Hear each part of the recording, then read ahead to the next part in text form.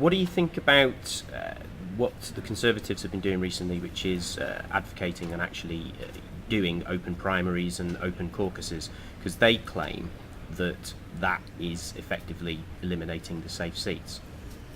It's not at all. The safe seat remains. Yes, it's getting more people involved in this process of selecting the MP, which is a good thing. And I'd say I have no problem with open primaries, but it's not getting rid of the fact that actually voters at a general election are unable to really make the difference, because they may select that person, but or some people, a larger amount, may select that person come the selection procedure.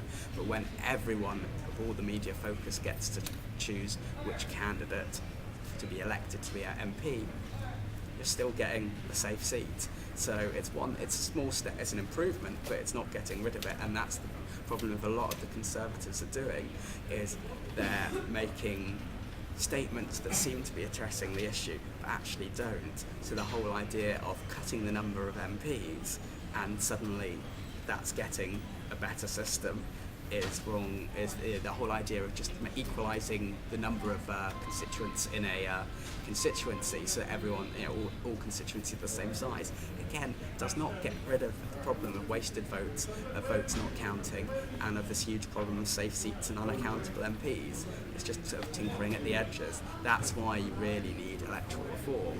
You need that fair voting system so that everyone's votes count. But are you concerned that because the noises that the Conservatives are making sound, perhaps to some ears, like fairly radical ideas and reform and change and all the rest of it, that actually, eventually, it could neuter the argument for what you and perhaps I would term more meaningful reform? No, I don't think so, because I think most people can actually see through to the main issues that are at stake. I don't see it as people believing that's the solution at all.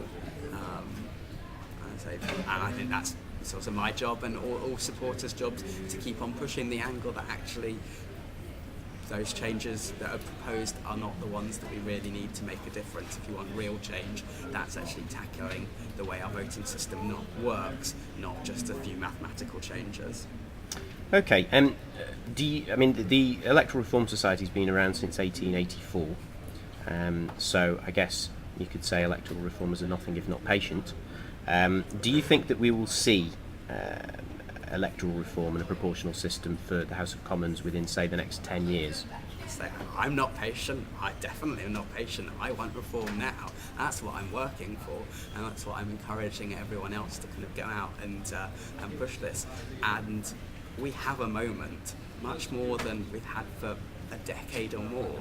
This moment where politicians are on the rack, the expenses crisis has put the issue of safe seats and unaccountable MPs to the fore, and the Labour government wants to do something, needs to be seen to be doing something, and we've got this idea of getting a referendum the day of the next election on the voting system, so you can actually vote once to kick out an MP that you don't like, but also once again at the same time for a new system that will give a fresh start to politics. And that's really what we want. Is we've got that referendum, we've got the chance, pushing it. The Queen's speech is in November, and that's really the thing that we're aiming for, is for the next month and a half really pushing the idea, in fact probably through to January as well afterwards, even if it's not in the Queen's speech, there's still time for that referendum, and talking with sort of people in the Labour Party and others. There is a real chance that we can get this. It's going to be hard, it's not guaranteed at all.